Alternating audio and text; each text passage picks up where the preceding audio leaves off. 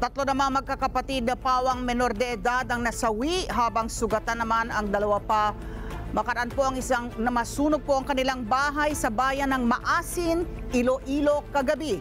Nakilala ang mga nasawi na sina Ashley Desir, 5 taong gulang, Arjon, 4 na taong gulang at Arjen, 1 taong gulang.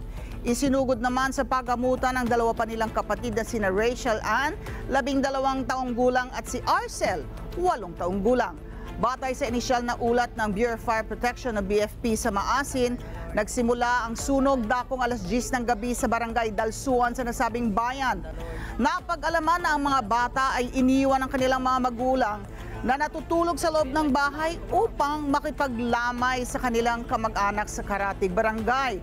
Bago umalis ng bahay, nagsiga ang nanay ng mga bata sa ilalim ng kanilang hagdan para mabugaw ang mga lamok na siya ring pinaniniwalaang pinagmulan ng sunog. Nabatid na hindi makalakad ang dalawang biktima dahil may sakit na polio, kaya na-trap sa loob ng bahay. Patuloy imbestigasyon sa naturang insidente. Maraming salamat sa inyo pong pagsubaybay sa Mata ng Agila Primetime. Para malaman ang matatag, matapang at matapat na mga balita, i-follow lamang at mag-subscribe sa @Net25 TV.